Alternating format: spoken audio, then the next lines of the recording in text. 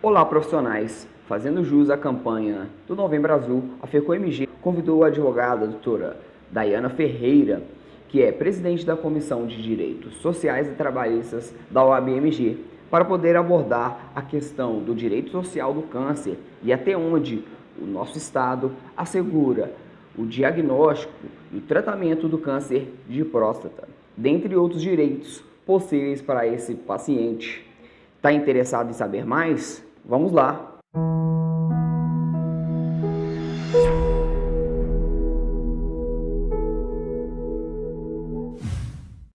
Olá, profissionais! Olá, Daiana! Gostaria de agradecer a sua participação conosco em mais uma conversa relevante aí nesse Novembro Azul. Tudo bem com você? Tudo bem, Arthur? Olá. Um agradecimento especial aqui à Federação dos Contabilistas por esse convite e esse bate-papo de grande importância para a nossa sociedade. Sem dúvidas, pois a gente sabe, né, o Novembro Azul, ele trata o câncer da conscientização e principalmente da prevenção, né, e o diagnóstico precoce, que é muito importante, porque no Brasil é a doença que mais acomete homens, e principalmente em relação ao câncer. 29% dos cânceres são câncer de próstata. Então, é um dos cânceres que mais, né, impacta na vida masculina. Estima-se que, segundo o INCA, né, Instituto Nacional do Câncer, 65.840 novos casos seriam diagnosticados entre o ano de 2020 até 2022. Daiana, já vou direto para a pergunta. Em termos jurídicos, você acredita que o Estado se preparou ao longo dos anos para atuar em cima desse índice? E aí eu queria saber também, são disponibilizados exames anuais para homens acima de 50 anos, que são os homens que já estão na faixa de risco? Arthur, ao longo dos anos, nós vemos uma crescente das campanhas de conscientização contra o preconceito do exame de câncer de próstata. Então, o aumento do índice de diagnóstico da doença, eu acredito que é em decorrência das campanhas de incentivo para o exame precoce da doença. O Estado vem se intensificando nessas campanhas para esse diagnóstico, o que aumenta o número de descobertas. E com o diagnóstico precoce, que são as campanhas de incentivo do Estado, logo aumenta-se o número de índice de descoberta e, por consequência, a cura também. Quanto aos exames, Arthur, os exames de prevenção são todos gratuitos pelo SUS, tá? Como o exame de PSA, ultrassom, praticamente toda unidade básica de saúde, o paciente tem como pedir a referência de onde fazer esses exames. E caso o exame dê positivo, o Estado também, o SUS, cobre a cirurgia de próstata. Perfeito, e isso já vai entrar um pouco na próxima pergunta, Daiane, é bom que você já adiantou. A minha pergunta pensando num paciente de baixa renda, né, que não pode, às vezes, estar pagando um plano de saúde, por exemplo, está desempregado também, e aí descobre o câncer, diagnosticado. Quais são os direitos, né, que o Estado assegura em geral, assim, para esse paciente, Daiane? O Estado, Arthur, assegura o direito ao tratamento. Existem várias unidades e centros de assistência habilitados no tratamento de câncer em todo o nosso país. Todos os estados brasileiros têm pelo menos um hospital habilitado em oncologia, onde o paciente de câncer encontra desde os exames até as cirurgias mais complexas. Cabe às secretarias estaduais e municipais de saúde organizar o atendimento dos pacientes, definindo para que hospital o paciente precisa ser encaminhado dentro do sistema público de saúde. Existe a rede de atenção básica, que é onde o paciente vai ser encaminhado e tratado. E sobre essas leis também, eu queria que você detalhasse o que é a lei dos 60 dias. E caso o paciente não for atendido pelo Estado, o que pode ser feito em termos jurídicos? Tá. A lei dos 60 dias, Arthur, é uma lei que está vigente desde 2012 e ela garante que os pacientes de câncer devem ter acesso ao primeiro tratamento da doença até 60 dias após o diagnóstico pelo SUS. Como que eu conto esse prazo de 60 dias? A partir do laudo patológico. Descobriu-se o câncer de próstata, tem que o SUS atender esse paciente dentro do prazo de 60 dias. Quando se encerra o prazo de 60 dias? A partir do primeiro tratamento desse paciente. Caso o paciente não tenha esse direito cumprido, ou seja, não seja atendido dentro dos 60 dias, ele deve procurar a Secretaria Municipal de Saúde da sua cidade, a ouvidoria do SUS e apoio jurídico, sempre recomendando estar com um advogado ou uma advogada. E aí, caso uma pessoa não possa, eu já vou até adiantar uma pergunta que estava para o final, ela não possa ter um advogado. Você tem alguma dica? Não sei se existem advogados públicos, como que funciona isso?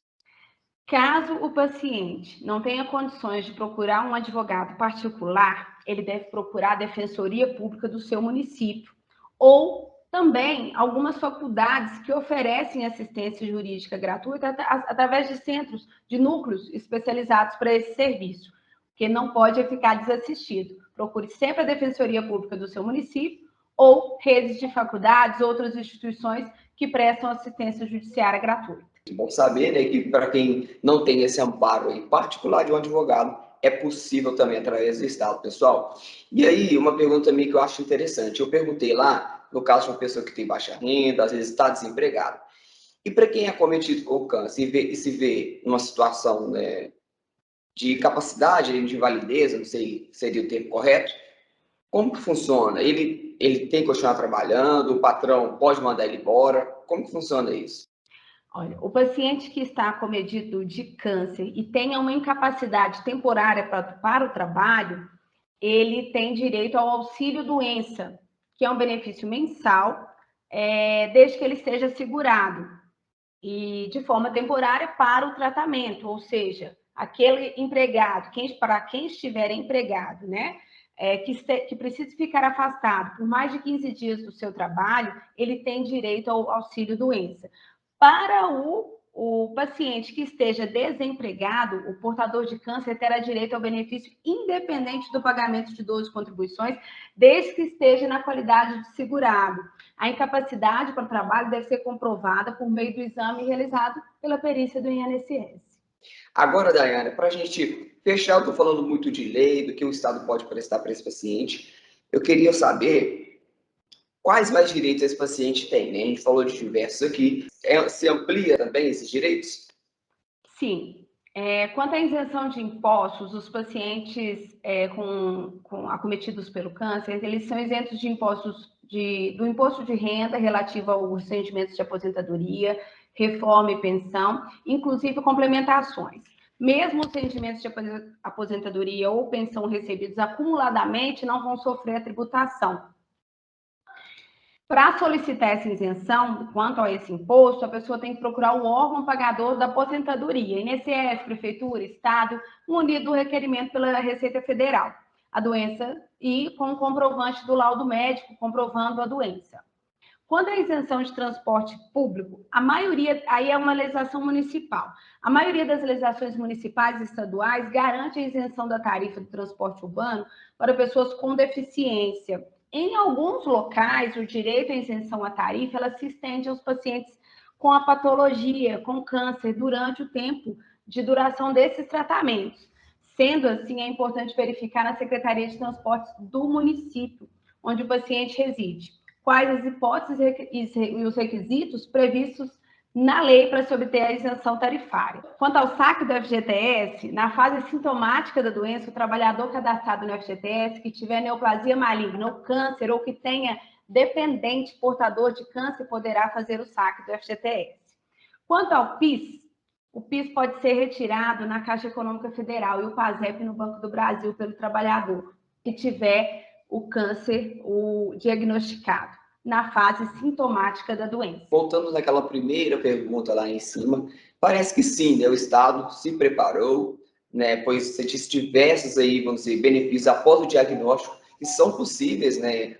A população ter direito. Então, acho que é importante as pessoas saberem, né? Às vezes elas não têm consciência dos direitos que ela tem, às vezes se desesperam naquele diagnóstico. Então, você afirma que o Estado cuida desse paciente nesse momento difícil? Sim, o Estado ele se preparou ao longo desses anos, como eu disse, não só como com as campanhas de conscientização, a importância do exame precoce, a importância do diagnóstico precoce, como também assegura os direitos para aqueles pacientes que descobrirem, que diagnosticarem o câncer de próstata. Ótimo, doutora Dayana. A gente vai chegando ao fim aí desse bate-papo, né, que tratou de vários temas, e eu espero que não só a classe contábil, mas a sociedade que assistir a nossa conversa possa esclarecer essas dúvidas, tá? Com certeza você contribuiu bastante com a sociedade, né, levando essas informações, e nós da federação só temos a agradecer, tá? O tempo disponibilizado. E lembrando, na hora que a gente divulgar aí, compartilha com seus amigos, comenta lá, claro, vamos fazer esse vídeo chegar a maior número de pessoas, tá certo? Muito obrigada, Arthur, pelo convite. É um importante bate-papo. Eu friso que quanto mais a sociedade tiver conhecimento do seu direito, mais a sociedade estará protegida, mais buscará esses direitos. Obrigada por esse bate-papo, obrigada à Federação dos Contabilistas pelo convite, sempre à disposição. Um grande abraço. É isso, pessoal. Até mais.